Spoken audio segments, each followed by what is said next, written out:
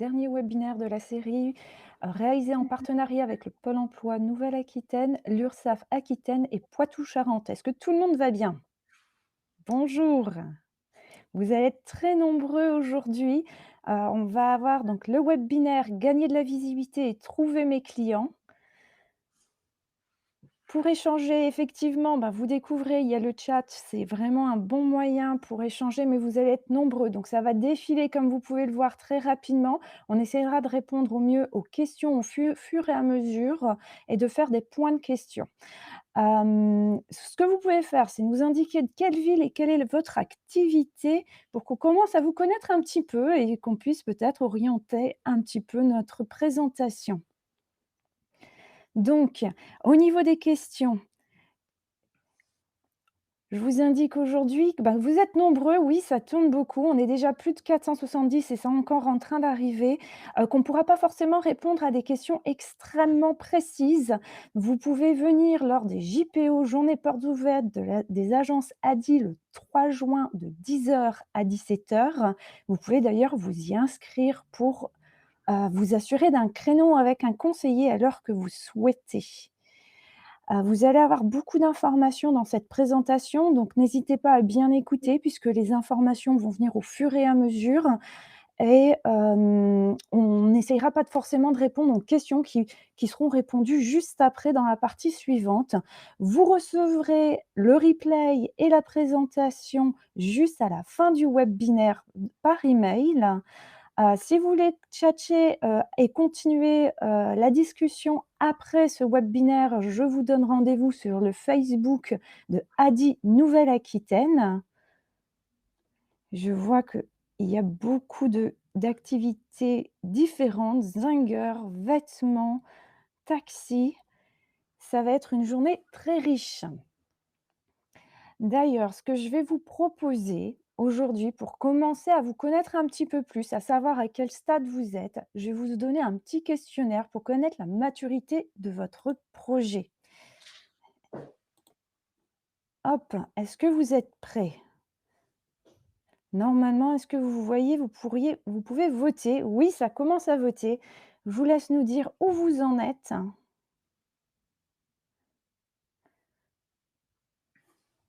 Hop, pendant ce temps-là, je me présente, donc Jenny Ludlow, je suis conseillère entreprise, je suis spécialisée en stratégie marketing et l'ESSEC. J'accompagne les entrepreneurs à développer leur chiffre d'affaires.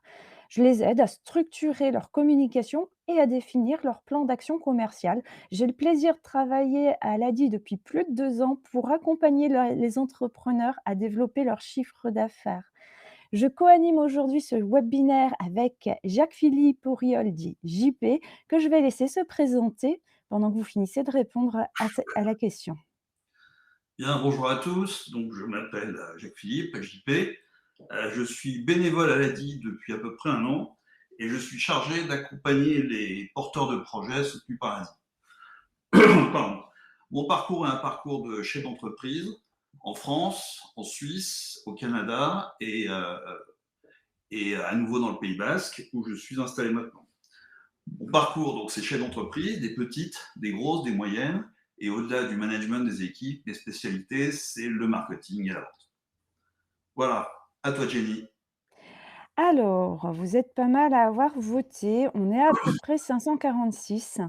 Ce que je vais faire, je vais faire la fin du vote et vous partager un peu les résultats. Est-ce que vous voyez les résultats? Yes. Donc au final, aujourd'hui, on a beaucoup de personnes qui sont prêtes à créer leur entreprise, donc dans moins de 6 mois et beaucoup de personnes, qui viennent de créer depuis moins d'1 an.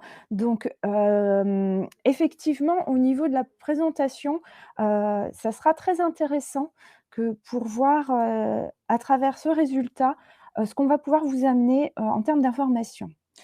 Je retourne au niveau de la présentation et je vous donne déjà aujourd'hui un peu le sommaire sur lequel on va travailler. Donc l'ADI et ses missions, le dispositif régional ENA et après on partira directement sur les fondamentaux, comment transformer des prospects en clients et le zoom sur le bouche à oreille et le web marketing. Donc aujourd'hui, ça sera vraiment de vous apporter un maximum d'outils pour vous aider à structurer vos démarches. Alors, l'ADI. L'ADI, c'est une association qui a été créée il y a plus de 30 ans pour permettre aux personnes qui n'ont pas l'accès au crédit bancaire d'avoir accès à un financement pour créer et développer leur activité. C'est une association reconnue d'utilité publique et l'ADI défend l'idée que même sans diplôme ou capital, tout le monde peut entreprendre s'il a accès à un financement et un accompagnement professionnel et c'est ce qu'on vous propose. Alors, je vais essayer de ne pas aller trop vite aujourd'hui.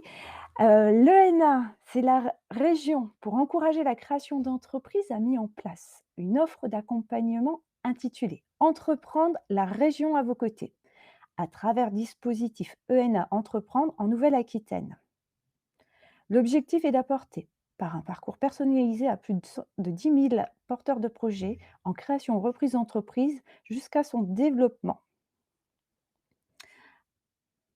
Alors, le challenge de ce matin, c'est bien de vous apporter un maximum d'informations pratiques et des outils essentiels pour vous aider à progresser dans votre projet d'entreprise. Je vais proposer à JP de reprendre la main pour la présentation. Et ouais, voilà, on va parler des fondamentaux pour commencer de l'activité commerciale. L'objectif, c'est de gagner des clients, gagner de la visibilité. Et pour ça, votre stratégie doit reposer sur une base solide. Je compare ça un peu aux fondations d'une maison. Votre maison, elle doit reposer sur des fondations. Et si les fondations sont bancales, il y a des chances que la maison ne tienne pas. Et ben, c'est la même chose pour la stratégie commerciale. Si vos fondamentaux sont pas très solides, il y a des chances que votre business soit pas très solide non plus. Alors, de quoi parle-t-on? On parle de gagner des clients. Gagner des clients, c'est le nerf de la guerre. Vous développez, vous lancez dans l'entrepreneuriat pour gagner de l'argent. Pour gagner de l'argent, vous avez besoin de chiffre d'affaires. Pour avoir du chiffre d'affaires, vous avez besoin de clients. Pas de clients, pas de chiffre d'affaires, pas de chiffre d'affaires, pas de revenus. C'est aussi simple que ça. Euh, le risque, quand on démarre son entreprise, quand on démarre son activité, c'est qu'on a consacré tout son temps et toute son énergie à peaufiner son projet, son produit, son service, son offre. Et puis dès que le produit est prêt, eh ben, on se précipite pour le commercialiser. Et à qui on le vend? On le vend au premier client qui est autour de soi. La famille, les amis des amis. Et on oublie d'aller chercher les clients parce qu'on en a à disposition. Le problème, c'est que le cercle facile de clients potentiels va vite s'épuiser. Vous aurez de moins en moins de clients et votre business va péricliter. Donc, mon premier message pour gagner des clients, pour développer son entreprise, c'est qu'il faut consacrer du temps pour aller chercher les clients. Qu'on soit créateur d'une micro-entreprise, qu'on soit patron d'une grosse entreprise, qu'on soit travailleur indépendant, freelance, patron d'une PME, l'acquisition des clients restera toujours l'élément essentiel du succès ou de l'échec d'un projet.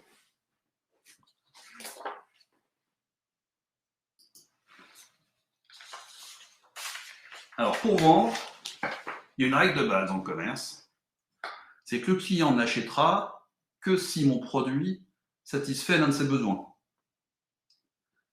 Mieux qu'un produit concurrent, en dépensant le moins d'argent possible, et si le client a confiance en moi. Alors qu'on soit clair, quand je dis en dépensant le moins d'argent possible, je devrais dire en fait en dépensant le moins d'argent possible pour un niveau de qualité attendu. Donc en optimisant le rapport qualité-prix. Qu'est-ce que signifie cette règle? Eh bien, pour vendre, il faut savoir mettre en valeur sa valeur ajoutée. Pour vendre, il faut bien connaître ses atouts, savoir ce que les clients attendent, savoir ce que la concurrence fait et le faire savoir.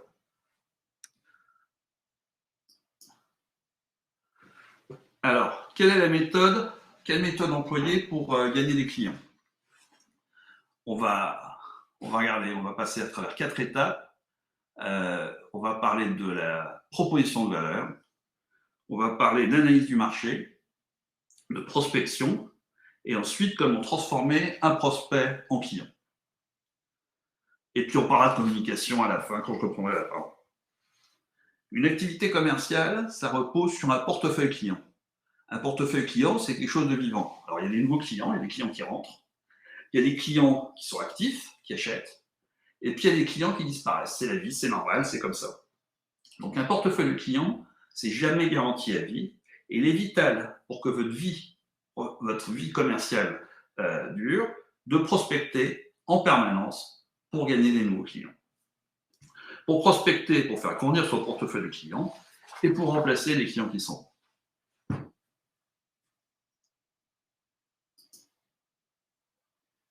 Alors, rentrons un peu dans le vif du sujet et des définitions. La proposition de valeur, savez-vous ce que c'est? Eh bien, c'est un élément fondamental de votre modèle. Je dirais même que c'est le cœur du réacteur. Votre proposition de valeur, c'est la raison principale pour laquelle les clients vont acheter vos produits plutôt que ceux de la concurrence. Autrement dit, c'est la promesse que vous faites à vos clients, c'est la promesse marketing que votre entreprise fait à ses clients. Définir sa promesse de valeur, en fait, c'est répondre à la question que se pose aux clients, pourquoi est-ce que je vais acheter ce produit-là plutôt que celui de la concurrence? C'est en fait ce qu'on va appeler le bénéfice client, ou ce que les Américains appellent le USP, Unique Selling Proposition. Ce n'est pas un slogan, c'est un engagement que vous allez concrétiser lorsque vous réalisez votre vente.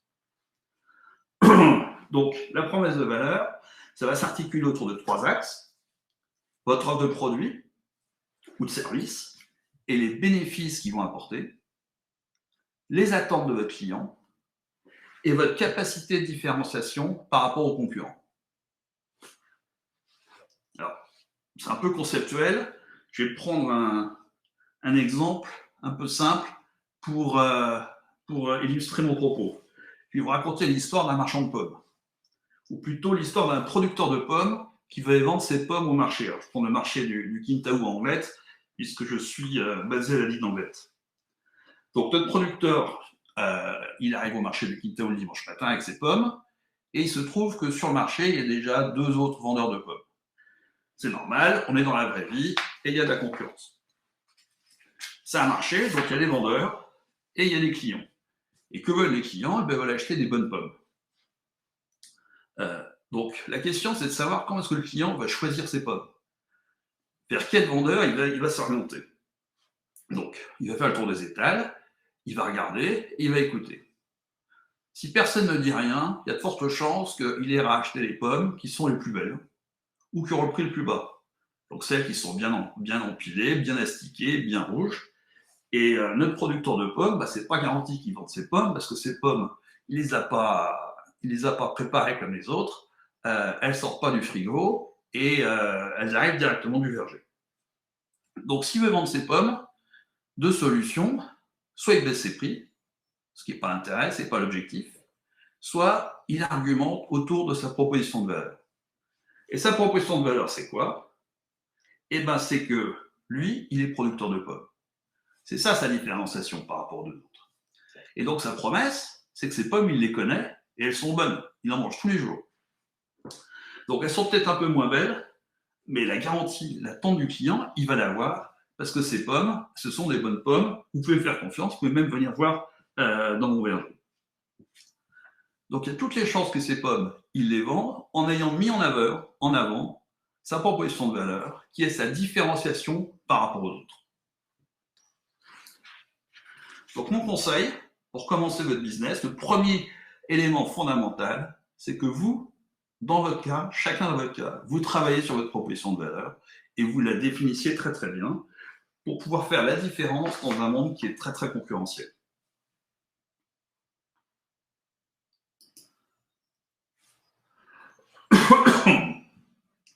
Alors maintenant, parlons 2 minutes de positionnement.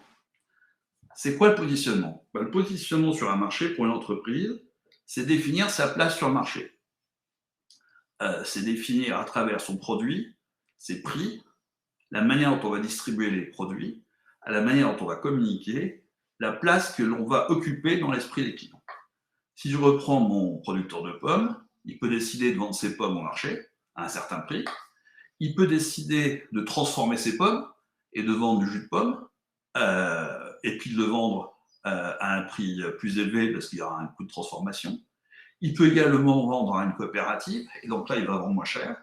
Donc, vous voyez qu'à chaque fois, avec le même produit, il peut avoir des stratégies différentes pour vendre son produit. Donc, c'est un choix stratégique que l'on prend, et quand on parle de positionnement, c'est enseigné dans toutes les bonnes écoles de commerce américaines ou françaises. On parle de la théorie des 4 P. C'est à gauche sur votre écran. 4 P pour produit, price, place et promotion. Donc produit, prix, distribution et promotion. Donc vous définissez votre gamme, ses caractéristiques, le service après-vente, l'emballage. Vous déterminez le prix, que ce soit un prix au public, un prix, vous déterminez les rabais, vous déterminez les conditions de paiement, vous déterminez le mode de distribution et vous déterminez tous les éléments de communication pour faire connaître votre produit. Bien, votre objectif, c'est de proposer le produit au client sous sa meilleure forme, au juste prix, au bon endroit et correctement mis en valeur. Ça, c'est la tradition. Moi, je vais vous parler d'un positionnement qui est plus moderne, qui est basé, qui s'appelle les 4 C. C comme client, coût, commodité et communauté. Les 4 C, ça vont s'articuler autour du client, quand les 4 P s'articulent autour du produit. Donc, quand je vais parler client, je vais m'intéresser à ses besoins, à ses attentes. Quand je vais parler de client, je vais m'intéresser à son coût. Son coût, c'est le budget disponible par rapport à une attente. C'est le prix que le client est prêt à payer pour un bénéfice attendu. Au lieu de parler de distribution, je vais parler de communauté d'achat. Comment est-ce que je vais acheter? Comment est-ce que je veux consommer? Comment est-ce que je veux commander? Est-ce que je vais être livré ou est-ce que je vais me rendre à tel endroit?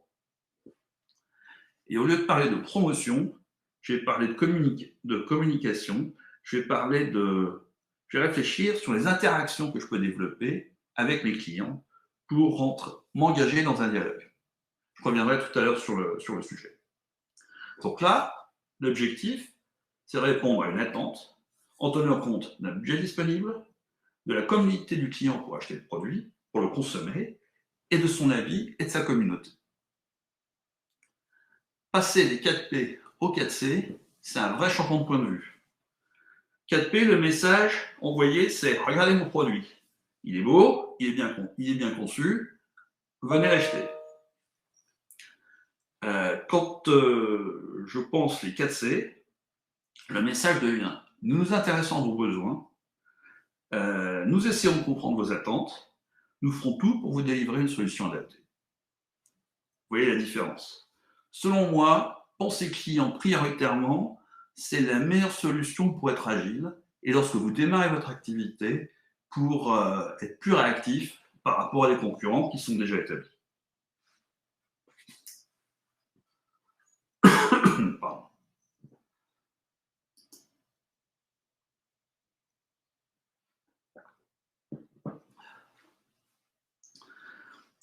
Alors, on a une petite question sur le sujet. Avez-vous déjà réalisé une étude de marché? Pendant que vous répondez, 2 commentaires. Faire une étude de marché, ça sert à quoi? C'est connaître le terrain de jeu sur lequel on va évoluer. Comment le marché a évolué? Est-ce qu'il présente des opportunités? Lesquelles? Est-ce qu'il présente des menaces? Il faut les connaître. Qui sont les autres joueurs? Et qui est l'arbitre? En l'occurrence, là, l'arbitre, ça va être le client. Donc, on voit les résultats. Vous êtes déjà 27%, 28% à avoir fait une étude de marché. On vous donne encore un petit peu de temps pour répondre. Les résultats sont assez équilibrés. Il y a quand même une majorité de personnes qui n'ont pas fait d'étude de marché. Alors, une étude de marché, ça consiste en quoi? Eh bien, ça consiste à recueillir de l'information. Ça consiste à recueillir de l'information sur vos clients, vos concurrents, vos fournisseurs, la réglementation et votre zone de chalandise. Voilà, on va peut-être arrêter le sondage pour reprendre la présentation. Donc, vous avez quand même une majorité à pas avoir fait l'étude de marché. Ben, j'espère qu'après ces 5 minutes, vous serez tous convaincus qu'il faut aller en faire une. Euh, Pourquoi il faut faire une étude de marché? Pour aller chercher les réponses aux questions que vous vous posez. Des réponses réglementaires, des réponses sur les concurrents, des réponses sur les clients. Alors, deux mots, la zone de chalandise, pour ceux qui ne savent pas, c'est la zone géographique d'où va provenir la grande majorité de votre chiffre d'affaires. Bien, donc, faire une étude de marché, c'est aller chercher des informations qui sont déjà disponibles. Et pour ça, vous faites une étude documentaire. Les informations foisonnent, vous en avez énormément sur Internet, vous en avez dans les chambres de commerce, vous en avez dans la chambre des métiers. Si vous travaillez dans une branche spécifique, généralement, il y a un syndicat qui est ravi de vous fournir des informations. Donc, vous allez avoir une donnée énorme, une grande masse d'informations. Et puis ensuite, pour les questions les plus pointues, celles pour lesquelles vous n'avez pas les réponses, pour les questions qui sont spécifiques à votre activité, eh ben, vous allez faire vous-même votre étude de marché qualitative. Donc, quelles sont vos priorités quand vous faites votre étude de marché? Je dirais qu'il y en a 3. La première, c'est de ne pas vous noyer. Il y a tellement d'informations que vous ne savez plus à un moment qu'est-ce qui est important, qu'est-ce qui n'est pas important. Donc, pour commencer, listez les questions pour lesquelles vous voulez les réponses. Ensuite, priorité numéro 2, ce sont vos clients. La vente, c'est satisfaire un besoin. La première chose à faire, c'est identifier ce besoin. Donc, allez interroger vos clients, faites votre propre étude qualitative, faites votre questionnaire, allez à la rencontre des clients et faites-les parler. C'est ça qui est essentiel. Vous pensez connaître plein de choses sur votre marché, mais vous avez a priori pensé que votre produit ou votre service allait répondre à tel besoin, mais vous n'avez pas vérifié que c'était vrai. Donc, allez faire votre étude de marché pour savoir qui sont vos clients, quelles sont leurs attentes, quelles sont leurs habitudes de consommation. Et puis, priorité 1 bis, ce sont vos concurrents. Pour pouvoir argumenter, pour pouvoir vous positionner, pour pouvoir vendre, il est important que vous sachiez parfaitement ce que font vos concurrents. Qui sont-ils? Où sont-ils? Quels sont leurs prix? Quelle est leur proposition de valeur? Quelles sont les faiblesses de votre offre par rapport à eux? Et quels sont vos avantages par rapport à eux? Si vous avez bien fait votre boulot, vous aurez un paysage très très clair et vous savez beaucoup mieux comment argumenter et comment présenter vos produits.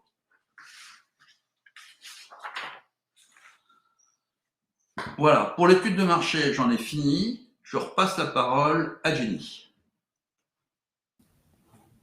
Merci JP. Alors, hop, on va rentrer dans le cœur du sujet. Vous avez été nombreux à poser des questions sur la prospection, la commercialisation, la communication.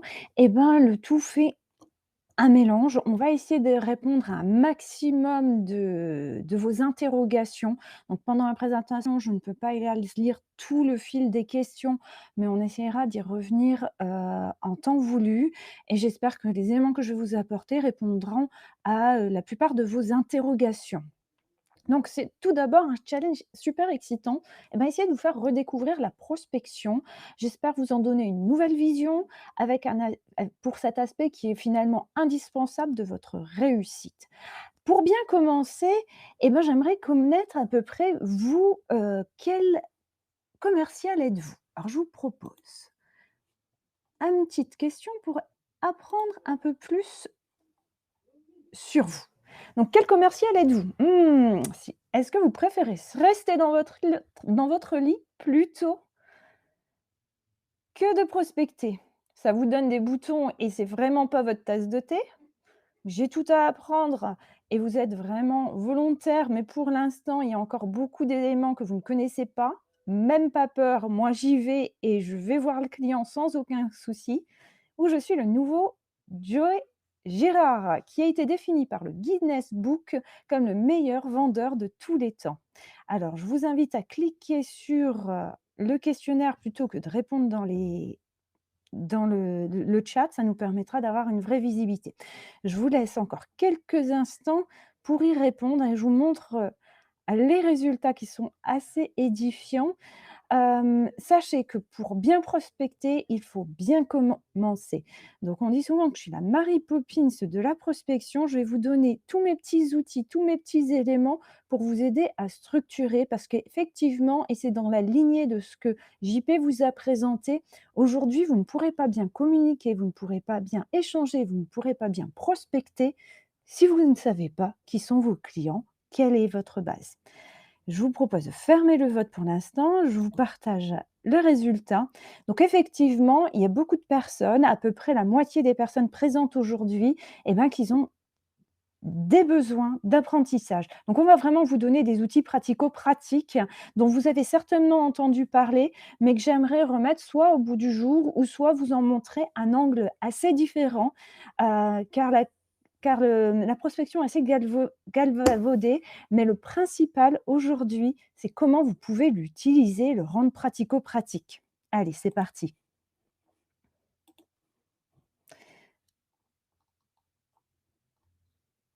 Alors,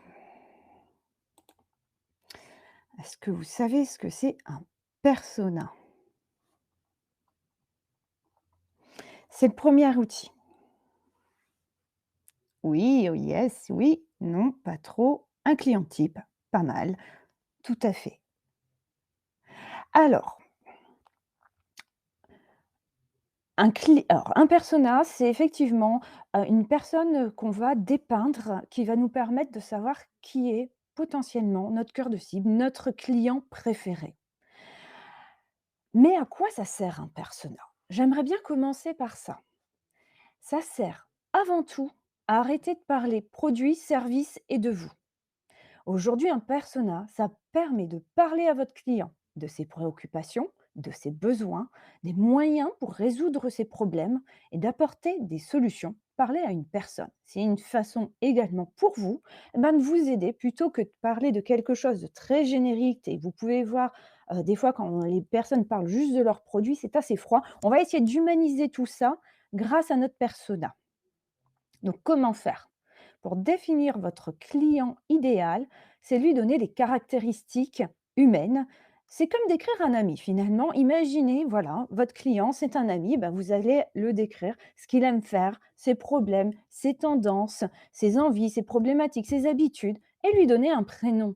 Et oui, parce que vous ne parlerez plus de votre client, vous allez parler, je ne sais pas moi, de Stéphane, Omar, peu importe, c'est le prénom, un petit nom, tout à fait, quelque chose qui va vous parler et quand vous parlerez aux gens vous penserez automatiquement à cette personne et ça sera tellement plus simple de parler de ce que vous allez pouvoir proposer et toucher juste et on continuera à développer cette thématique avec les prochains outils.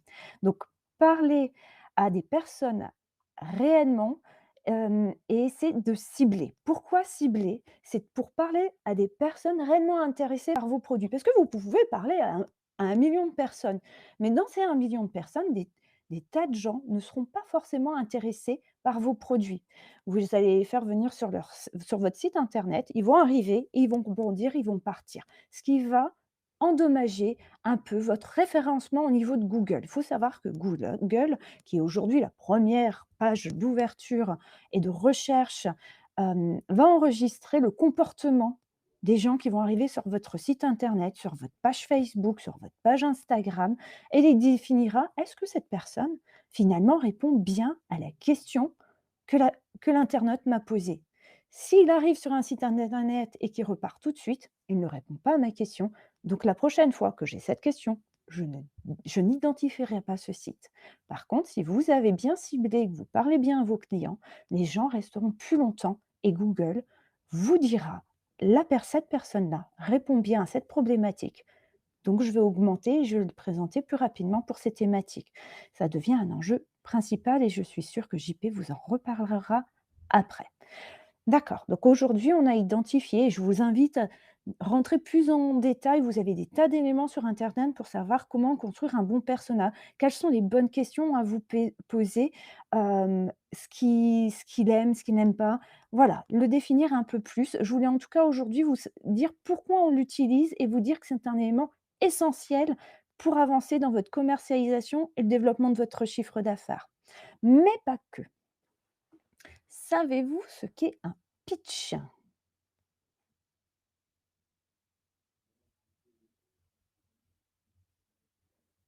Oui, non? OK. Un pitch est une présentation synthétique de ce que vous pouvez apporter à vos clients. Je vais vous proposer aujourd'hui, un petit peu de donner de la nouveauté et je vais vous enlever la pression tout de suite. Qu'est-ce que n'est pas un pitch? Le but du pitch n'est pas de vendre. C'est pas une phrase magique qui va convaincre tous vos clients, ni en after work, ni en speed meeting, ni sur internet. Mais ça va être un moyen d'être recommandé et de lancer des conversations. Ça, essentiel. Ce que je vous propose aujourd'hui, c'est de découvrir un travail que j'ai fait avec une de mes clientes pour vous donner un peu une idée de ce qu'un pitch peut être ou ne pas être. Donc, je reçois la cliente et je lui demande, comme une de premières questions et qu'on vous pose, pitchez-moi votre activité, dites-moi ce que dites-moi ce que vous faites, ce que vous apportez. Vous êtes prêts? Un peu tous les jours, je mange des pitchs. Oui, j'aide les gens à en créer. Allez, c'est parti. Donc, conseillère en images professionnelles et personnelles, je travaille pour mettre les gens en valeur, leur retrouver une cohérence avec son soi et son image intérieure. Je fais également des soins énergétiques. Je rééquilibre le corps, pour se libérer des pressions intérieures et extérieures. Et je fais également de la psychothérapie, c'est-à-dire que je dénoue les blocages de l'enfance et des difficultés relationnelles aux autres.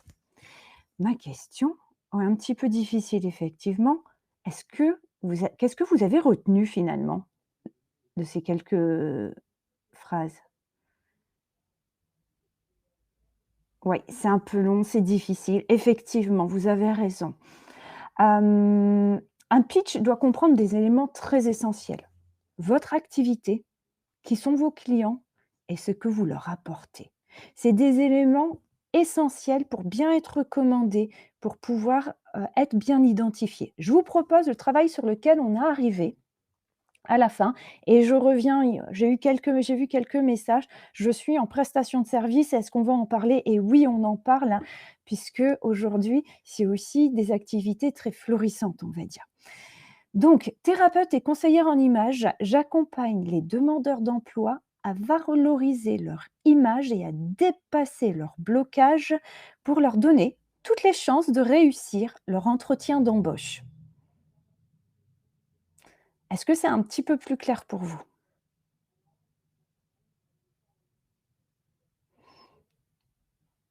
Eh bien, je peux vous dire qu'elle a signé des contrats depuis et elle arrive à effectivement développer son commercial, puisque les gens comprennent ce qu'elle fait, ce qu'elles peuvent apporter et à qui elle parle. Et même si ça n'intéresse pas, la personne avec qui vous parlez en face, si elle a compris ce que vous faites, elle peut en parler. Et imaginez que demain vous avez un ami qui bloque complètement pour sa recherche d'emploi, je suis sûre que vous repenserez à ce webinaire et que vous repenserez à la personne qui potentiellement pourrait les aider. Donc il faut être clair pour être recommandé auprès des partenaires, fournisseurs et proches. C'est éveiller finalement l'intérêt sur vos prestations pour qu'ils vous posent des questions. Parce que le tout, c'est pas de tout dire dans le pitch, mais c'est d'être surtout, assez clair pour que les gens puissent, échanger avec vous et qu'ils découvrent quelle solution à quel problème, quel caillou, j'aime bien parler des cailloux dans la chaussure, on répond. Alors, ce que je vais vous proposer, c'est un troisième outil, en tout cas aujourd'hui, ou une troisième réflexion, une base de réflexion pour savoir où prospecter. Parce qu'au final, on sait à qui on va parler. On sait se présenter, mais aujourd'hui, où sont nos clients? Donc, c'est construire son portefeuille client. Où sont mes clients? Bah, on peut déjà aller chercher, on peut regarder a priori comment où ils communiquent, où ils communiquent. Mais également, si vous avez identifié lors de votre étude de marché présentée par JP, où sont mes courants, où communiquent-ils? C'est un deuxième point d'ancrage pour savoir où ils sont. Ça va être la base. Donc, vous allez savoir où ils communiquent, comment communiquent vos concurrents, où ils sont, ce qui vous dit oui, ce qui vous dit non. Et ça, c'est essentiel. Mais par quoi allez-vous commencer? Eh bien, moi, je vais vous dire, commencez par là où vous êtes le plus à l'aise.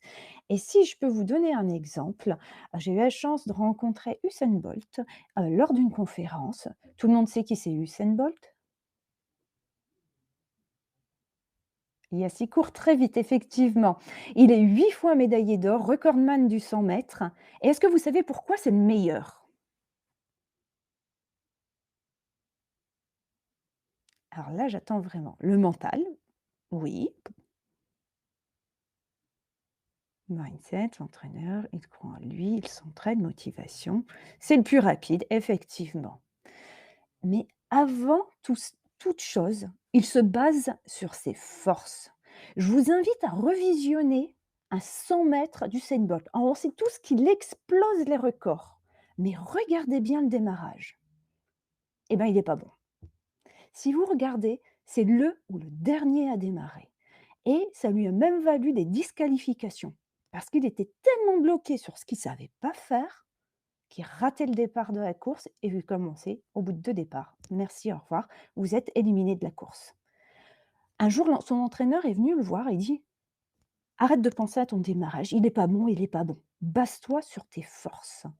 Et ben, c'est ce qu'il a fait et depuis, il a explosé les records. Et je voudrais vraiment, pour vous, au niveau commercial, que vous puissiez prendre le même pendant. C'est aujourd'hui, où êtes-vous à l'aise? Est-ce que vous êtes à l'aise, à travers les réseaux sociaux, à derrière un écran? Ou est-ce que vous êtes à l'aise à rencontrer des gens lors d'after work, lors de salons? Commencez par là où vous êtes fort et ensuite, élargissez votre zone de confort. Le téléphone, les écrans, et mais oui, mais on a chacun un point d'ancrage et c'est ce qui vous permettra de vous sentir à l'aise, d'une part avec votre discours, d'une part avec, la présentation que vous allez faire et progressivement, vous verrez qu'avec les échanges, c'est fructifiant. Les gens adorent parler à d'autres gens, les gens aiment bien découvrir et si vous avez fait le travail sur votre pitch, vous verrez, ça sera juste agréable pour les gens de parler avec vous. Pour développer votre portefeuille client, c'est donc d'avoir le plaisir de parler de votre domaine d'activité et de votre solution, ce que vous apportez, service, produit, et d'avoir la curiosité de découvrir d'autres personnes, leurs attentes et leurs besoins. Si vous êtes auto-centré, les gens seront auto-centrés et la discussion n'aura pas lieu. La manière dont vous allez prospecter vous appartient et doit vous permettre de vous sentir à l'aise. Donc, vous savez maintenant cibler, pitcher et où entrer en contact. La question qui me vient, c'est comment mesurer et suivre votre réussite?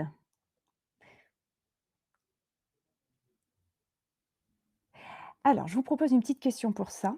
Est-ce que vous êtes fixé des objectifs de prospection? Je vais vous donner une petite question. Hop, est-ce que vous la voyez apparaître? Allez, quelques instants, je vous demanderai de répondre assez rapidement. Vous êtes-vous fixé des objectifs de prospection de chiffre d'affaires à réaliser?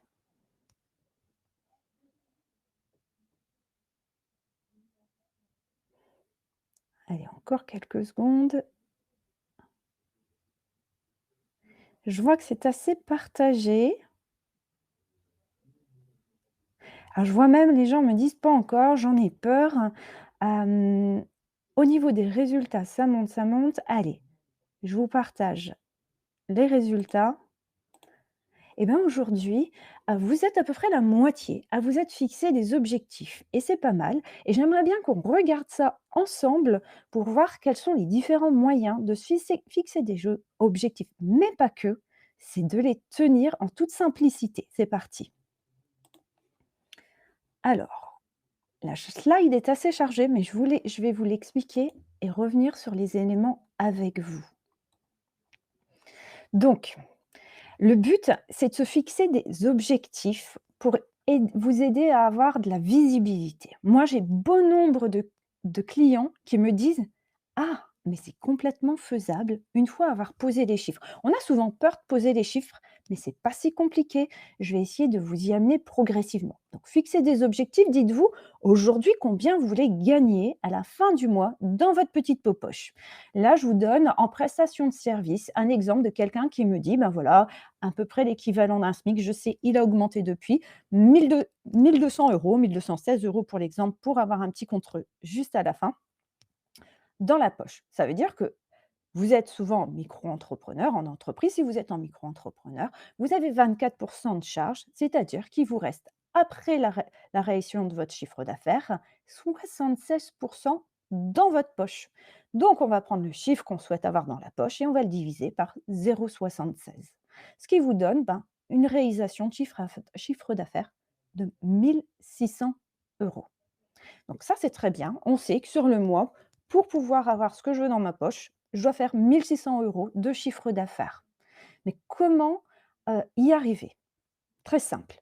Vous allez commencer à prospecter, vous allez commencer à parler autour de vous et vous allez vous rendre compte un petit peu de comment ça fonctionne. Si, en règle générale, pour une dizaine de personnes que vous avez avec qui vous avez échangé, que vous avez contacté, vous avez 2 devis et pour ces 2 devis, vous avez un client.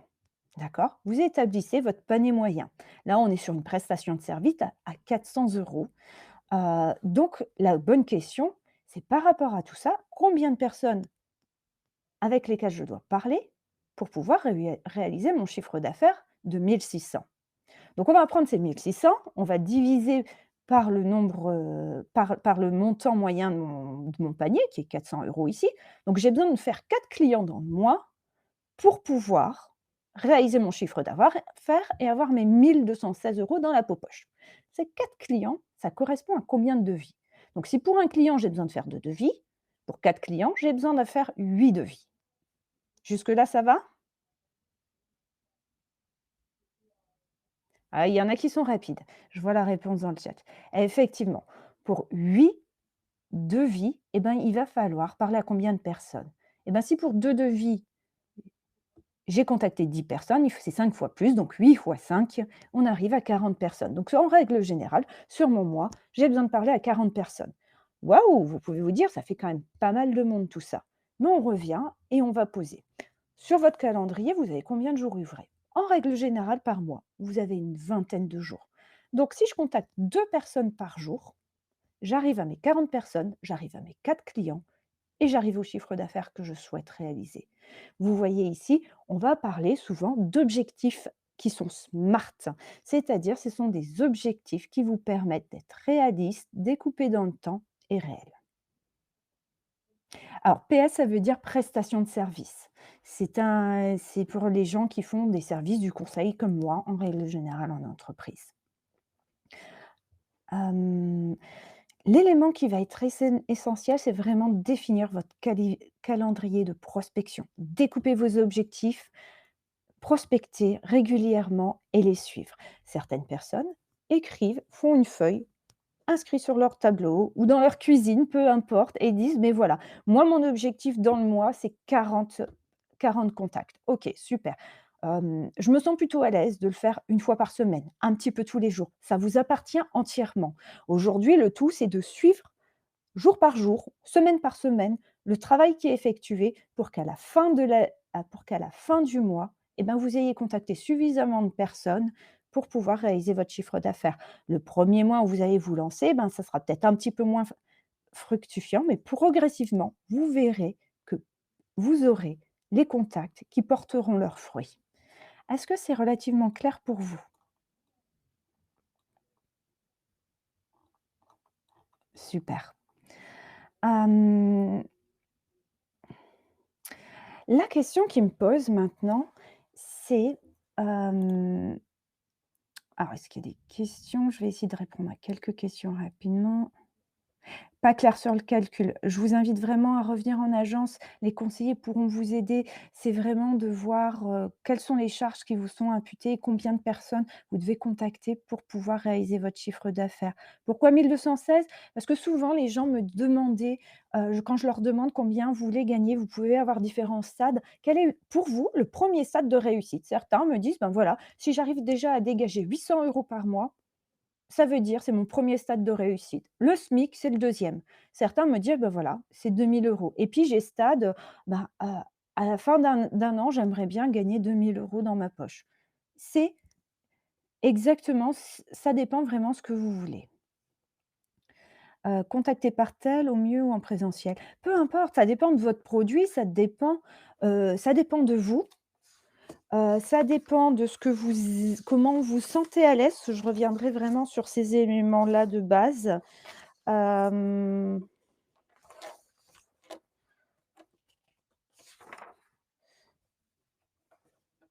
alors, approche directe ou pas directe? Eh bien justement, je vous propose d'en parler tout de suite.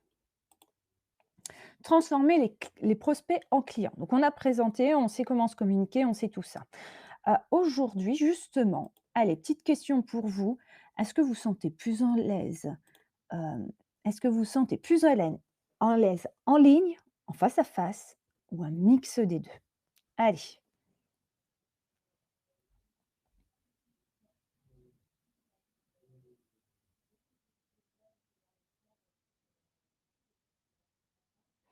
ça vote, ça vote, ça vote. Hop, allez, d'accord. Allez, 3 secondes et je vous montre les résultats. Je reviendrai sur Smart après, si vous voulez bien. Je me le note pour la fin. D'accord?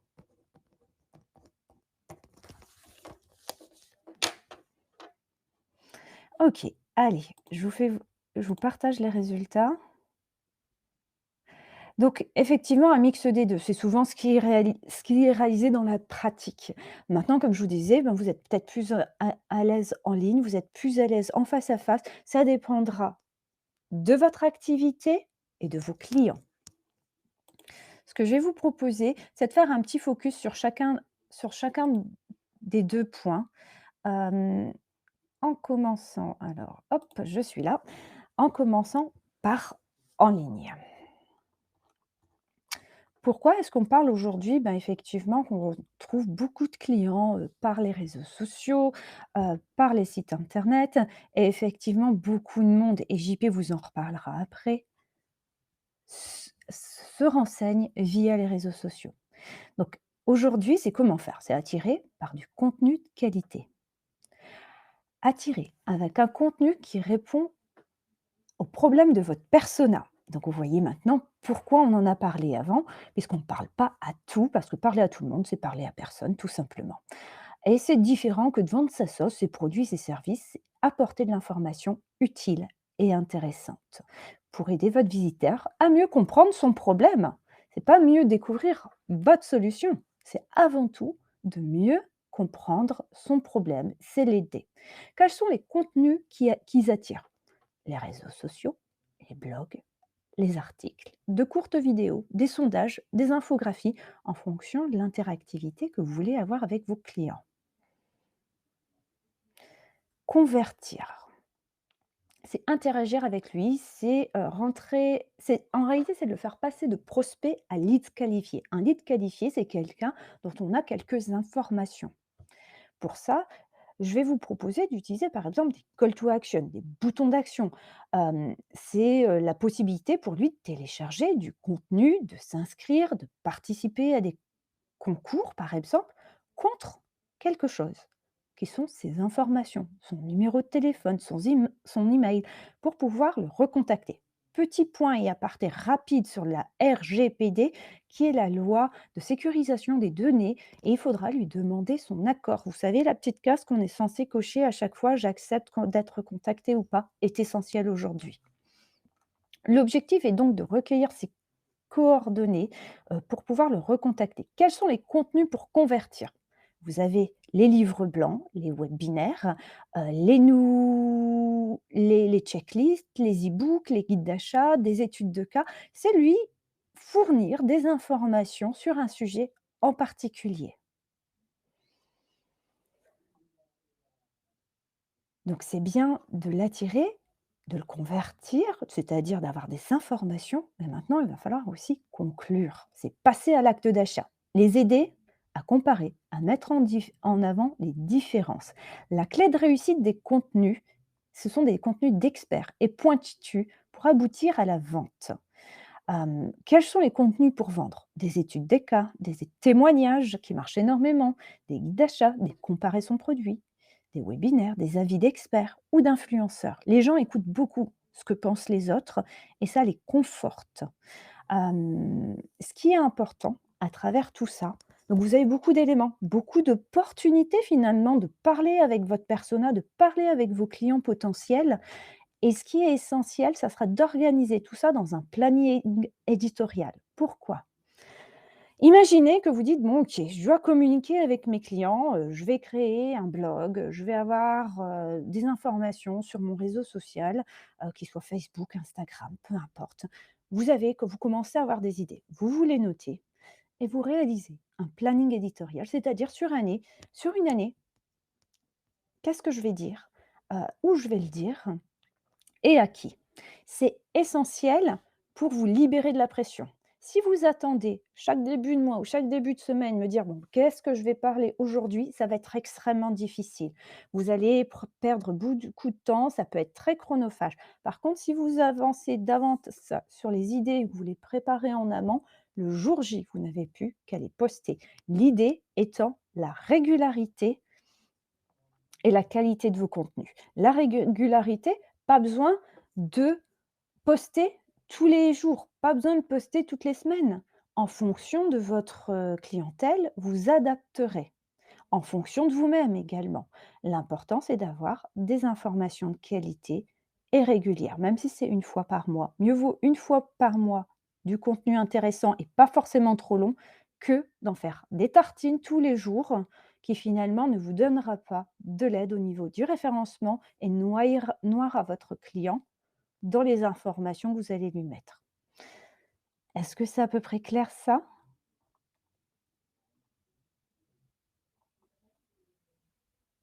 Super. Alors, je vais vous proposer d'aller un peu en face à face. Élément très redouté par certaines personnes, très apprécié pour d'autres. L'élément important quand vous êtes en face à face, oui, c'est pas toujours facile, ça peut être impressionnant, mais on va essayer de renverser la vapeur. Vous savez, au début, je vous ai dit: «J'aimerais bien vous faire changer d'angle de vue au niveau de la prospection et de vous la rendre plus naturelle et plus facile». Échanger avec quelqu'un, donc c'est effectivement pas vendre sa sauce et ça je vous l'ai déjà dit, mais c'est surtout l'écouter. Pratiquer une écoute active, à peu près 80 de votre temps passé doit être passé à écouter l'autre. Vos meilleures propositions viennent de vos clients. Intéressez-vous aux problèmes de vos clients et laissez-leur la parole. Vous savez, quand on est stressé, on a tendance à parler beaucoup et à parler très rapidement. Et au final, la personne en face est presque en état de choc puisque finalement, vous êtes juste en train de lui vendre une proposition et vous pouvez peut-être lui vendre une paire de chaussures rouges, mais elle a été venue pour des escarpins verts. La chaussure rouge restera sur le rayon, je vous en assure. Donc, l'important, c'est de poser des questions intelligentes. Que recherche-t-il? Quelles sont ses attentes, ses problèmes, ses freins? S'intéresser à lui pour présenter votre offre d'une manière intéressante pour vos clients. En quoi mon produit, service répond-il à son besoin et constitue pour lui un réel bénéfice? Et c'est là où on dit que on a peut-être un produit qui peut répondre à plusieurs besoins et en fonction du client vous ne lui présenterez pas les mêmes avantages. Et ça, c'est rentrer en communication avec la personne. J'aimerais avoir votre avis sur les objections, parce que la première chose qui vient après une présentation, ce sont des objections. Vous vous sentez comment face à des objections? Vous savez, quand les gens vous disent oui, mais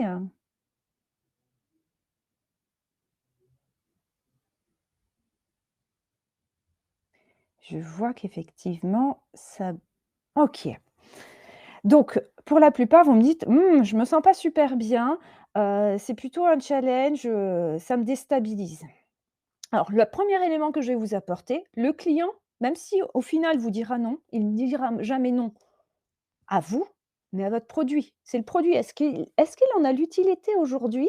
Est-ce qu'il en a compris l'intérêt? Donc première chose, on ne dit pas non à vous, on dit non au produit. Deuxième élément, eh ben, les objections sont très intéressantes.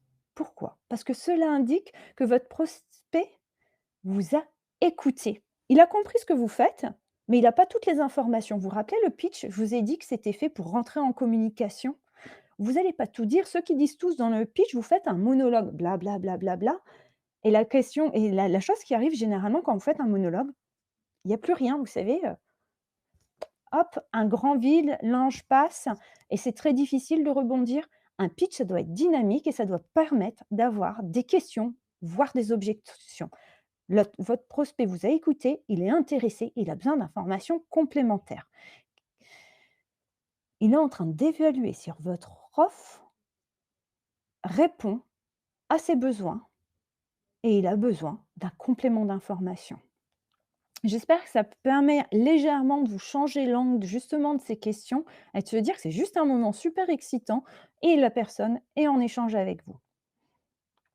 Vos rencontres enrichiront votre vision du marché, fera évoluer votre offre et vos arguments pour plus d'efficacité au fur et à mesure.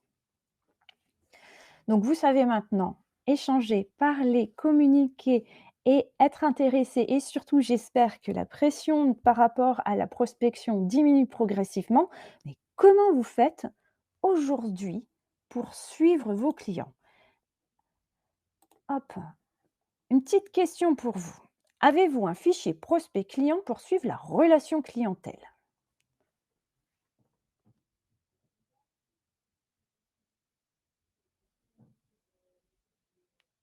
Ah, vous êtes rapide à répondre. Allez-y, je vous laisse encore quelques secondes et je vous montre les résultats.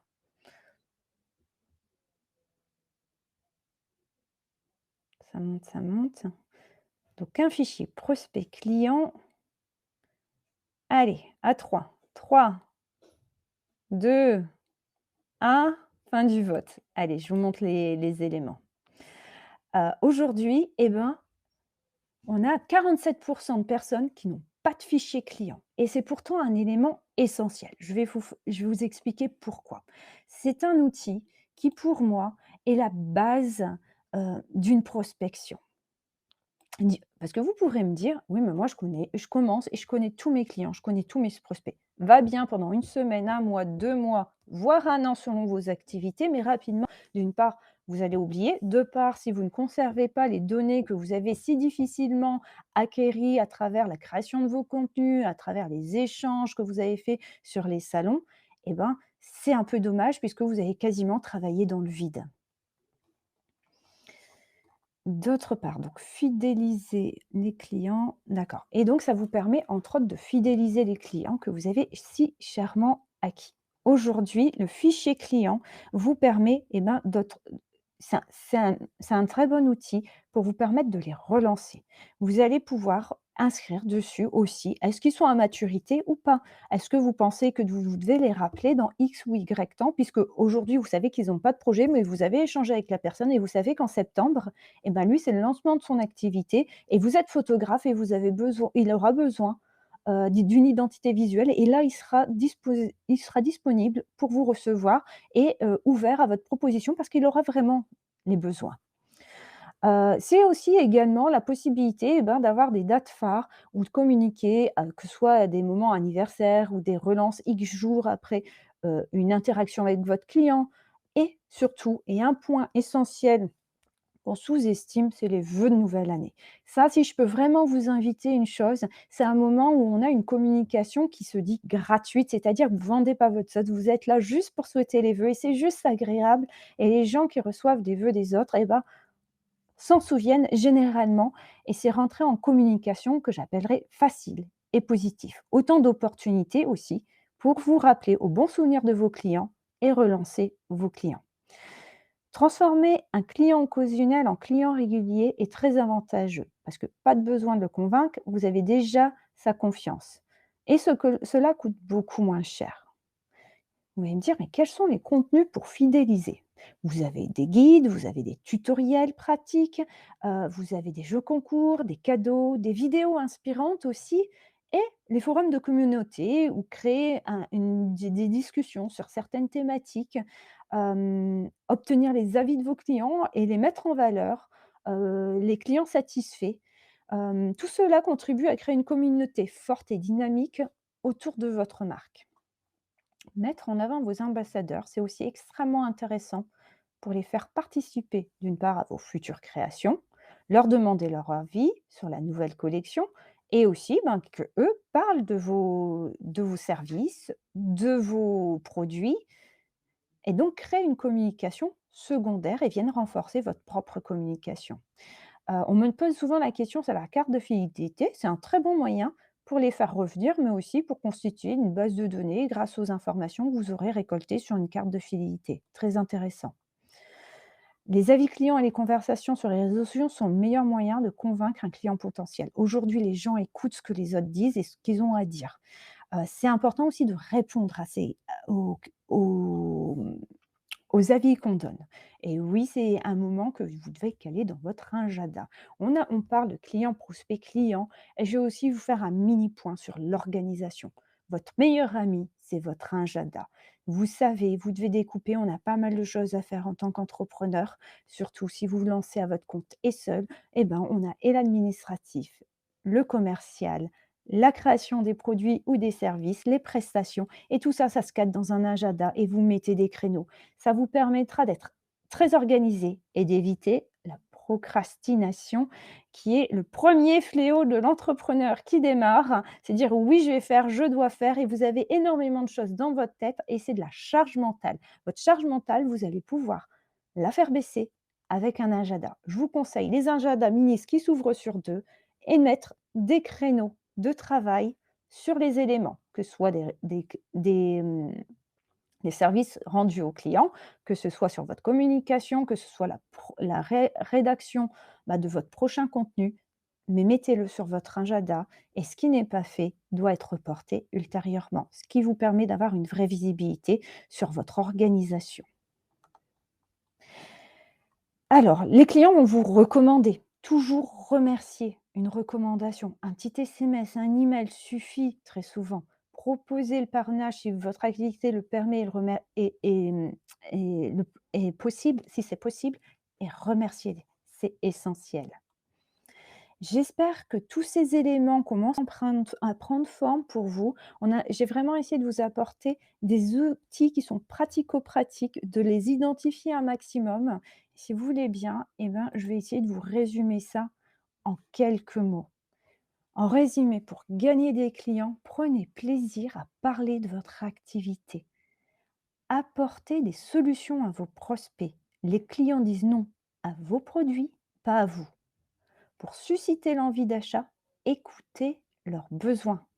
Fixez-vous des objectifs clairs, être le premier ambassadeur de son activité et communiquer largement et être ouvert aux opportunités. Et oui, peut-être que quelqu'un va vous demander de changer votre service, votre produit, et peut-être ça sera une nouvelle opportunité sur le marché et vous permettra d'avoir un avantage concurrentiel. Donc restez ouvert aux opportunités, parlez, échangez, recommandez. Je vais laisser la main à JP. Si vous voulez peut-être oui, j'ai mis petite question. JP, est-ce qu'on prend 2 minutes pour faire quelques questions? Ou tu enchaînes? Bah écoute, le temps tourne. Alors je te laisse enchaîner. J'essaie de remettre ma caméra. Est-ce que Voilà. alors, Voilà, est-ce donc je reprends le micro pour vous parler de communication. On voit que pour gagner des clients, il faut bien définir sa proposition de valeur. Il faut penser client plutôt que penser produit. Il faut connaître son marché. Il faut cibler. Il faut pitcher. Il faut écouter. Il faut fidéliser. C'est un très long programme. Mais d'abord, petite question. Est-ce que vous savez comment les gens prennent leur décision d'achat. Quel est le critère principal pour une décision d'achat? Est-ce que c'est la publicité? Est-ce que c'est l'argumentaire du vendeur? Est-ce que c'est l'avis des proches? Donc, pendant que vous votez, je reviens sur deux mots de communication. Le problème, finalement, c'est de se faire connaître. C'est le titre de ce webinaire, c'est comment gagner de la visibilité, comment se faire connaître. Les questions que vous vous posez, c'est est-ce que je dois faire un site moi-même? Est-ce que je prends un prestataire? Combien ça coûte? C'est quoi le référencement, le SEO, le SEA? Est-ce que je fais une campagne d'email? Comment est-ce que je constitue un fichier d'email? Et si j'allais sur un marketplace? Et comment est-ce que je fais du e-commerce? Enfin, voilà. Les questions sont nombreuses et finalement, c'est le problème que tout nouvel entrepreneur se pose. Alors, on avance, je regarde les résultats avant de passer à la réponse. Eh ben, vous êtes majoritairement, vous avez apporté la bonne réponse, qui va me permettre de passer à la diapositive suivante. Effectivement, 60% des gens se tournent vers leurs proches avant de prendre une décision d'achat. C'est le résultat à l'instant de sondage, et il y a des statistiques qui existent là-dessus. Les gens croient à 92% les recommandations faites par les personnes qu'ils connaissent. Les gens croient à 70% les opinions des autres clients publiées online. C'est le résultat d'études Nielsen qui ont été faites ces dernières années. Donc aujourd'hui, les avis des clients comptent plus pour les consommateurs que n'importe quelle autre recommandation. J'ai lu quelque part que la banque en ligne Boursorama, je pense que vous connaissez, a un taux de recommandation de 55%. C'est le résultat d'une étude faite en 2015 par le Boston Consulting Group. À tel point que c'en est devenu le slogan, le thème de Boursorama. Leur slogan, c'était Boursorama, la banque qu'on a envie de recommander. Donc, le principe du bouche-oreille, on n'a rien inventé, c'est vieux comme le monde. Tout le monde le connaît, c'est ce qu'on appelle la viralité, c'est ce qu'on appelle le buzz. Le bouche-oreille peut être positif, c'est l'effet de recommandation. Il peut être également très négatif, et on parle de bad buzz. Il peut s'agir d'un mouvement de promotion, d'un mouvement de dénigrement, et c'est très puissant. C'est qu'un client satisfait va le dire 3 ou 4 fois en moyenne. Un client mécontent va le dire 8 ou 10 fois. Le phénomène n'est pas nouveau, mais c'est considérablement augmenté, amplifié avec l'avènement des réseaux sociaux. Ça en est devenu un outil marketing, et maintenant on parle de stratégie marketing et on parle de marketing viral. Donc on a adapté, il y a des spécialistes qui sont là pour générer dans les stratégies de communication de toutes les marques la viralité. Donc la première question que vous devez vous poser, c'est comment susciter le bouche-oreille? Et bien, recommandation numéro 1, pensez satisfaction client. C'est la satisfaction de client qui doit guider votre action au quotidien. La satisfaction du client, c'est à la fois la qualité de votre produit, de votre service, de votre prestation, et c'est la qualité de la relation client. La relation client, c'est l'ensemble des interactions que vous avez avec vos clients, qui a pour objectif de rendre votre client heureux et satisfait pour un bénéfice mutuel, le sien et le vôtre. Donc, recommandation numéro 1, soignez la relation client. Recommandation numéro 2, soyez à l'écoute de vos clients. Les clients apprécient quand ils sont pris en compte et quand ils sont écoutés. Donc, demandez toujours systématiquement à vos clients s'ils sont satisfaits. S'ils le sont, tant mieux, vous les avez fait formuler leur satisfaction. Et s'ils ne sont pas satisfaits, eh ben c'est super, c'est une opportunité pour vous pour identifier un problème. D'une part, vous avez des idées pour vous améliorer. Et deuxièmement, vous effacez les traces d'insatisfaction dans l'esprit du client parce que vous voulez montrer que son ressenti compte pour vous. Cette simple démarche peut transformer un client moyennement content en client satisfait. D'ailleurs, pour illustrer ce point, on s'aperçoit que souvent, un client qui n'est pas content, c'est pas parce que le produit ne fonctionne pas ou n'est pas cassé, c'est parce qu'il n'a pas réussi à joindre un interlocuteur valable. Il se plaint parce que le service consommateur était injoignable, qu'il tombait sur un disque ou qu'on ne répondait pas à ses mails. Quand un client satisfait raconte son expérience, il n'insiste pas sur la peine, il n'insiste pas sur le fait qu'on l'ait réparé, il insiste sur le fait qu'il a été considéré et bien traité. Donc, première recommandation, soyez en relation client. Deuxième recommandation, soyez à l'écoute. Troisième recommandation, si les clients sont contents, invitez-les à exprimer leur satisfaction. Par un like sur vos réseaux sociaux, sur votre page Facebook ou Instagram, ou par un avis sur votre compte Google My Business ou sur votre site si vous avez un site. Les réseaux sociaux sont les leviers pour faire jouer en plein le bouche-oreille.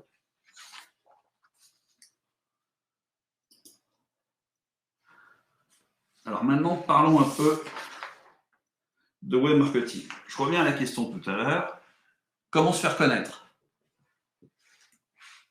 Vous commencez votre activité, vous n'avez pas de budget, vous lancez dans une campagne de pub, il n'en est pas question, vous n'avez pas prévu la trésorerie pour investir en communication et vous avez besoin d'émerger.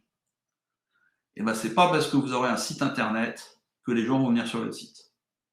Ce n'est pas parce que vous publiez un post ou que vous mettez une vidéo en ligne que vous allez développer votre notoriété. Alors, vous allez me dire, comment faire?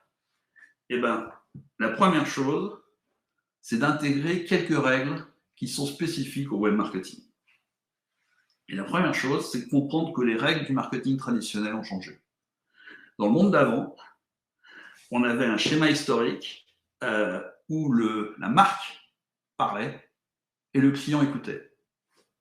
La communication entre la marque, l'entreprise et le client, c'était une espèce de monologue. Il y avait un émetteur et il y avait un récepteur. La communication était très verticale. Et l'enjeu, c'était la part de marché, la part d'audience. Ça coûtait très cher, et plus on communiquait, plus on dépensait d'argent, et plus on augmentait son audience. J'ai l'anecdote d'un publicitaire américain qui disait, quand j'ai 2 millions de dollars, quand je dépense 2 millions de dollars, il y a 1 million de dollars qui ne sert à rien, le problème c'est que je ne sais pas lequel. Et ça résume assez bien tout le problème du marketing des années précédentes. Aujourd'hui, le monde a changé, et on peut même parler de révolution, parce que grâce au numérique et grâce au web, le client a pris le pouvoir et c'est lui qui parle. C'est lui qui cherche, c'est lui qui donne son avis et c'est lui qui engage le processus, qui commence le processus commercial. Dès l'instant où il va sur Google et qu'il fait une requête, il envoie un message, il a un besoin d'information ou de communication. Donc, il cherche des informations, c'est lui qui est à l'origine du processus de communication et il faut complètement l'intégrer dans votre réflexion. Donc, quelles conclusions il faut en tirer? On a déjà parlé tout à l'heure. La première chose, vous changez de logiciel et vous pensez client avant tout. Oubliez le produit, pensez client. Quelles sont ses attentes? Qu'est-ce qu'on veut lui dire? Vous devez adapter votre approche.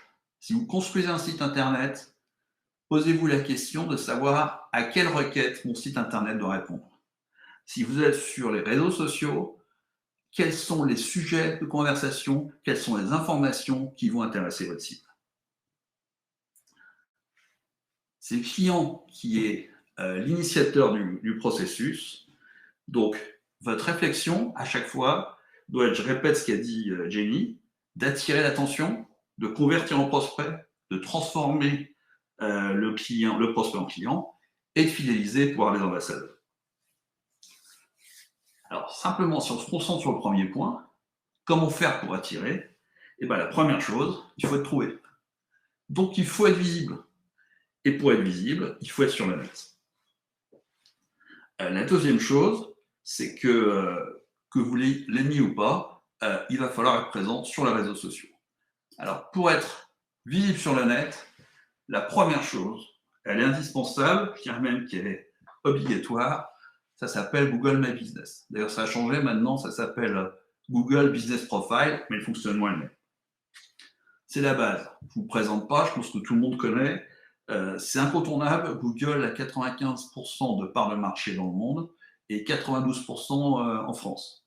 Donc, quelqu'un qui cherche quelque chose passe par Google et c'est le meilleur moyen d'être visible. C'est un annuaire, c'est gratuit, ça vous permet de vous localiser sur une carte, ça vous permet d'être joignable facilement, de dire ce que vous faites, de recueillir les avis des clients, et ce n'est pas réservé aux gens qui ont une boutique physique, c'est réservé à tout le monde. C'est facile d'utilisation, il suffit d'avoir une adresse Gmail, et ça multiplie les chances de prise de contact avec les prospects et le référencement chez Google. Donc il faut y être. Alors je vous dis tout de suite, je ne suis pas un influenceur payé par Google. Aucun membre de ma famille ne travaille chez Google, je suis juste un marketeur pragmatique.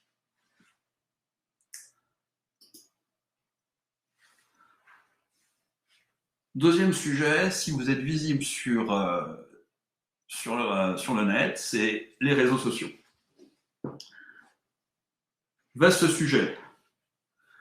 2 commentaires, les réseaux sociaux sont incontournables, on n'y va pas n'importe comment, et il y a des règles du jeu à respecter. 2 mots pour dire que les réseaux sociaux, maintenant, ont une place très permanente dans votre vie.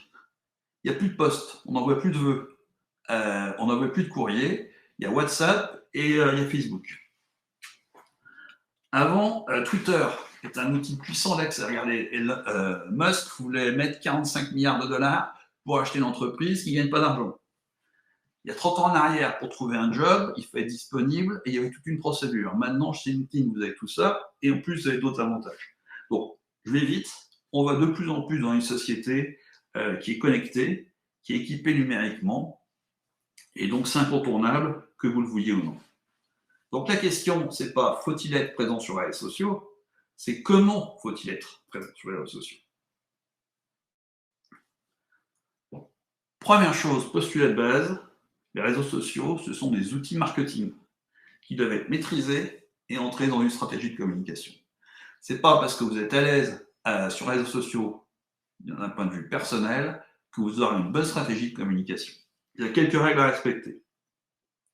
Première chose, vous séparez le privé et le professionnel. Vous avez votre vie privée et vous choisissez les gens qui vous suivent sur vos réseaux sociaux privés. Les réseaux sociaux professionnels ont un objectif, c'est de trouver des prospects et de les convertir en clients. Une page pro, ça ne génère pas des amis, ça génère des fans, ça génère des gens qui viennent s'abonner et vous ne les choisissez pas. Plus vous aurez de fans, plus vous avez des chances que vos publications soient vues, plus vous allez intéresser les gens et plus progressivement vous aurez un impact dans vos communications. Alors la création d'une page pro, ça répond à un certain nombre de règles. D'abord, il faut une expertise. Ça ne se fait pas comme ça. C'est chronophage. Donc mon conseil, c'est plutôt que d'avoir 2-3 activités sur les réseaux sociaux, choisissez en une qui correspond à votre site de clientèle et il faut vous y concentrer. Ensuite, les réseaux sociaux, ça demande de la constance. C'est une démarche réfléchie et c'est une démarche dans laquelle il faut jouer dans la durée. Il ne faut surtout pas faire 20 posts la première semaine et puis au bout de 15 jours, ne plus rien avoir à dire. Il faut revenir fréquemment, avoir une stratégie éditoriale et alimenter l'attention des gens. Donc, vous choisissez votre réseau en fonction de votre cible, en fonction de vos ressources, en fonction de vos compétences. Et après ça, je répète ce qu'a dit Jenny tout à l'heure, produisez de la qualité. Produisez un contenu adapté à votre cible. Vous avez fait une étude de marché, vous savez quelle est votre cible, vous avez déterminé un persona, et bien maintenant vous allez communiquer, et vous allez communiquer sur les sujets qui les intéressent. Pensez qualité. Qualité des photos, qualité des vidéos si vous vous lancez sur YouTube, et surtout, qualité du contenu. Pour intéresser, pour attirer les gens, il faut être intéressant. C'est la première clé. Donc, varier les contenus, capter l'attention et surtout, dialoguer. C'est le dialogue, c'est l'interaction qui est le principe des réseaux sociaux. C'est comme ça que vous allez faire revenir les gens. Ils like, mais c'est un peu primaire, c'est assez binaire comme fonctionnement. Ce que les gens cherchent, c'est de l'émotion. Ils veulent des histoires. On parle de storytelling. Racontez-leur des histoires, non pas des bobards, mais racontez-leur des histoires qui vont les intéresser. Ouvrez les sujets lifestyle. Mettez-vous dans la peau de votre cible et pensez aux sujets qui vont les intéresser. Et puis surtout, n'ayez pas peur de leur demander aux membres de votre communauté de commenter, de réagir, d'interagir et de vous aider en partageant leur avis et en informant vos proches. Dernier point, ça sert à rien d'inonder les réseaux sociaux de posts qui sont un peu fades ou de votre produit photographié sous toutes les coutures. Prenez un rythme et puis planifiez et vous verrez que progressivement, il faut du temps, et ben votre audience va augmenter. Et tout ce que j'espère, c'est que l'audience va augmenter et vos ventes aussi. Voilà, l'heure tourne, il est 11h20. Je pense qu'on va arriver au terme de ce webinaire. Est-ce que je clique et ça ne bouge plus? Jenny, est-ce que tu arrives à Ah, passer? j'arrive. Alors, c'est un petit peu long. Vous m'entendez ou tu m'entends? Ah ouais, très bien. OK, c'est bien.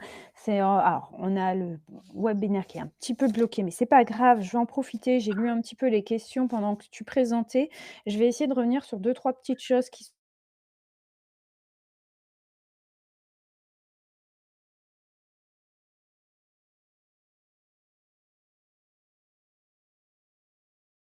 ça veut dire spécifique, c'est un acronyme, mesurable, acceptable, réaliste et temporel. C'est ce que j'ai essayé de vous faire faire à travers l'exercice, du chiffrage de ce que vous voulez avoir dans votre poche. C'est aujourd'hui, ben, quel est le niveau, de chiffre d'affaires que vous voulez avoir et comment on peut faire pour pouvoir y accéder et vérifier à la fin, si effectivement, c'est, faisable, donc si c'est acceptable et réaliste. Plusieurs questions nous ont été posées sur les personas. Oui, vous pouvez en avoir plusieurs, c'est-à-dire que vous pouvez très bien avoir des produits qui soient soit très différents ou soit, pouvoir répondre à différentes personnes et donc créer plusieurs différents. Est-ce que c'est virtuel? Oui, effectivement, c'est un petit peu virtuel. Moi, je dirais plutôt c'est un concentré de vos clients et de vos clients idéal. Moi, idéalement et ben, j'aimerais, travailler, avec, Sophie, avec Jasmine, voilà, pour moi, ma cliente idéale, c'est telle personne, elle ressemble à ça, elle aime bien faire ça dans sa vie, elle est plutôt branchée écolo, elle a plutôt un gros groupe d'amis. Voilà, spécifiez votre persona. Heu, je pense qu'il reste encore oui, alors je suis désolée, on a été déconnectés et je crois que tous les alors il y a Alexandra qui était en modération, qui a été déconnecté, je ne sais pas à quel moment ça s'est arrêté. Hem, il reste encore 246 personnes connectées si vous voulez. Vous aussi, vous avez été déconnectés? D'accord. Et ben, je pense qu'on a tous été déconnectés, on a dû avoir un petit souci technique. OK. Mais ce que je vous propose, c'est de reprendre un petit peu. Je pense qu'on en était à la fin au niveau questions-réponses. J'avais regardé un peu les questions qui étaient en cours. Ce que je vais faire, c'est que je vais reprendre un peu les éléments. Je ne sais pas exactement où j'en étais en T. Oui, plantage total, exactement. Ah, c'est un peu l'aléa du direct. On était au smart et bah, c'est reparti pour le smart et je vous fais un petit récap des derniers éléments. Donc qu'est-ce qu'un objectif smart? C'est un objectif et c'est ce que je vous ai présenté tout à l'heure, qui était spécifique, mesurable, acceptable, réaliste et temporel. Donc je vous ai donné l'exemple, avec le chiffre d'affaires que vous allez faire, l'argent que vous allez avoir dans la poche pour le rendre effectivement concret. Disons que vous vendez, je ne sais pas, quelque chose sur internet à 5 €, et ben, si vous voulez faire 2 000 €, il va falloir en vendre beaucoup plus. Est-ce que c'est acceptable? Est-ce que c'est mesurable? Et ben, quel temps ça va vous demander? Si vous faites de la prestation de service à 5 € également, vous allez devoir parler à un sacré nombre de personnes pour réaliser votre chiffre d'affaires. Est-ce que c'est rapidement faisable puisque finalement les conversations se font rapidement et votre, taux de transformation est rapidement, c'est le changement entre les gens qui ne vous connaissent pas et qui deviennent clients. Est-ce qu'il est bon? On parlait également du personnage, j'ai eu pas mal de questions. Merci. J'ai eu pas mal de questions sur le persona. Est-ce qu'on peut en avoir plusieurs? Oui, effectivement, vous pouvez en avoir plusieurs, car vous pouvez très bien avoir, un service qui, répond à plusieurs personnes très différentes et du coup, on va créer des personas différents, que vous pouvez adapter, un produit que vous pouvez adapter, donc des personas différents et vous pouvez très bien avoir plusieurs produits qui répondent à des personnes très différentes. Est-ce que c'est virtuel? Ben, plus ou moins. C'est-à-dire que c'est un concentré de vos clients idéal et vous allez lui donner un prénom. Vous pouvez l'appeler Jasmine, Laure, le prénom qui vous parle, mais c'est un peu un condensé. C'est pour ça que je vous parlais de parler à des amis, c'est-à-dire vous allez, savoir ce qu'il va faire, qu'est-ce qu'il aime. Est-ce qu'il est plutôt, très branché éco-responsabilité? Est-ce qu'il est, super technologique mon client? Où il va-t-il communiquer? Qu'est-ce qu'il va faire? Est-ce qu'il sort souvent avec des amis? Est-ce qu'il va se renseigner, dans les magazines, de psychologie? Détailler un maximum et ça sera forcément en lien avec vos préoccupations, celles que vous répondez de votre client. Vous allez avoir, hem, un, techniquement, quelles sont les personnes qui vont le plus venir vers vous et les personnes que vous voulez cibler? Parce que vous pouvez très bien avoir des gens, aujourd'hui vous attirez un profil A, mais ça ne correspond pas à ce que vous voudriez faire et vous avez donc rebasculé légèrement votre communication pour aller vers le profil B sur lequel vous voulez vous positionner. Je vous inviterai toutefois à évaluer le potentiel du profil A s'il ne peut pas vous donner un second marché. Les CRM, quel est le coût du CRM? Donc les coûts sont très divers. Le premier CRM que vous devez utiliser, que vous pouvez utiliser, pas que vous devez, mais que vous pouvez, c'est Excel ou l'équivalent sur, les logiciels libres. Ça vous permettra de mettre au moins les premières informations et des informations de suivi. L'avantage d'Excel, c'est que vous y mettez ce que vous voulez, les catégories que vous souhaitez et vous pouvez par exemple, définir que tel client, bah, ça serait bien de le rappeler en septembre. Donc, vous allez avoir une colonne spéciale, rappel, et la date de rappel, ça sera septembre. Et début du mois, vous regardez votre fichier, vous savez que vous allez rappeler tous vos clients qui ont été notés à septembre parce que l'évolution de leur projet fait que vous êtes arrivé au bon moment pour les rappeler. C'est le bon moment également, c'est un bon moyen aussi d'échanger sur des personnes que vous n'avez pas aussi forcément recontactées et ce sera dans votre fichier. Ça vous évitera de perdre de temps et surtout de gagner du temps vers les gens qui sont vraiment intéressés. J'ai vu quel réseau? Et ben, le réseau social sur lequel vous allez communiquer, heu, alors CRM, pardon, oui, Customer Relationship Management, c'est un logiciel dans lequel vous pouvez rentrer les informations de vos clients. C'est un outil de gestion, effectivement. Vous avez posé beaucoup, quels étaient les réseaux sociaux sur lesquels mettre? Tout dépend de votre persona. Il va où? Est-ce que lui finalement ne lit que les livres de psychologie ou de jardinage? Est-ce qu'il va vraiment sur un réseau social? Est-ce qu'il va sur Instagram? Est-ce qu'il va sur Facebook? Quel âge a-t-il? Quelles sont les habitudes de cette tranche d'âge? Vous allez définir tout ça par rapport à votre persona, d'où le fait que ce soit un outil très intéressant. Commencez en parlant à vos clients, en parlant autour de vous. Vous allez voir, vous allez commencer à voir qui est plus ou moins sensible à votre produit. Si vous partez sur un nouveau produit, vous allez en parler autour de vous et potentiellement, vous allez tomber quand même sur quelqu'un qui va dire: «Ah mais c'est plutôt intéressant, qu'est-ce que tu fais? Pourquoi?» et cetera et ben, vous allez aussi lui poser des questions. Vous savez le fameux 80 de laisser la parole à l'autre? C'est pour ça. C'est la possibilité, et ben, de vous donner l'opportunité d'avoir des informations et poser des questions intéressantes, c'est s'informer des autres pour pouvoir construire aussi son persona et savoir où on va. Merci. Hem, répondre aux commentaires. Oui, effectivement, répondre aux commentaires sur les réseaux sociaux est essentiel et effectivement, il est possible d'avoir des trolls. Les trolls sont des personnes qui viennent juste râler, qui viennent juste donc il y a quand même des outils de modération qui vous permettent, bah, d'effacer certains commentaires, de sortir certaines personnes qui sont purement nocifs et à côté de ça, beh, vous pouvez aussi avoir des clients qui ne sont pas tout à fait satisfaits, mais c'est la façon dont vous allez répondre. C'est la façon et l'angle de réponse. Quelqu'un peut être agressif, mais vous avez le droit de rester dans la douceur, vous avez le droit de dire: «Bah, je suis étonné et cetera, j'aimerais bien qu'on en reparle, je vous propose de passer en privé et de résoudre un peu cette difficulté, heu et tout simplement, de voir avec vous, comment le produit peut s'améliorer». La façon dont vous allez répondre donnera une idée de qui vous êtes et donnera l'envie aux gens, malgré un commentaire qui peut paraître initialement négatif, d'avoir envie d'y aller car vous êtes présent, car vous êtes agréable et les gens ont envie de travailler avec des gens humains et agréables. Je vois pas mal de choses qui passent.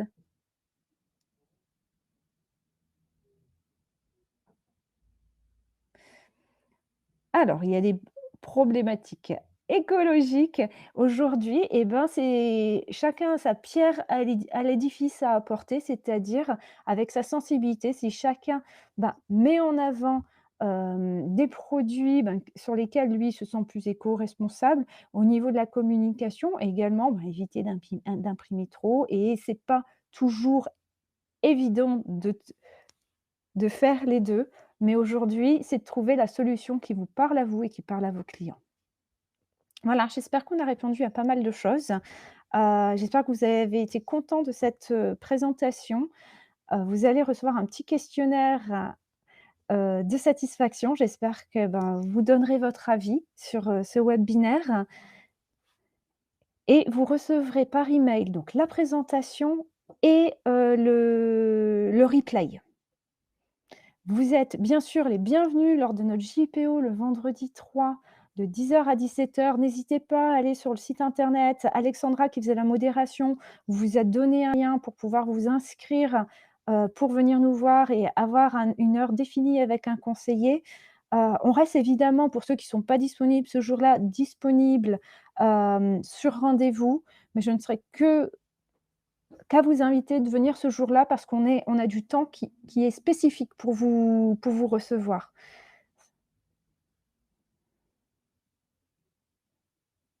JPO, journée portes ouvertes. C'est là où on garde du temps rien que pour vous. Merci, c'est très agréable. Je vous souhaite à tous une très belle journée. C'était un plaisir d'échanger avec vous, et je vous dis, ben, j'espère, le 3 juin, oui, le 3 juin, le vendredi 3 juin. Je vérifie, j'ai du coup un petit doute. Le vendredi 3 juin. Ah, je t'entends pas JP. Je dis une ânerie, c'est ça? Je check. Bougez pas. C'est bien le 3 juin de 10 h à 17 h pour nos journées portes ouvertes. Je vous souhaite une très belle journée et au prochain webinaire.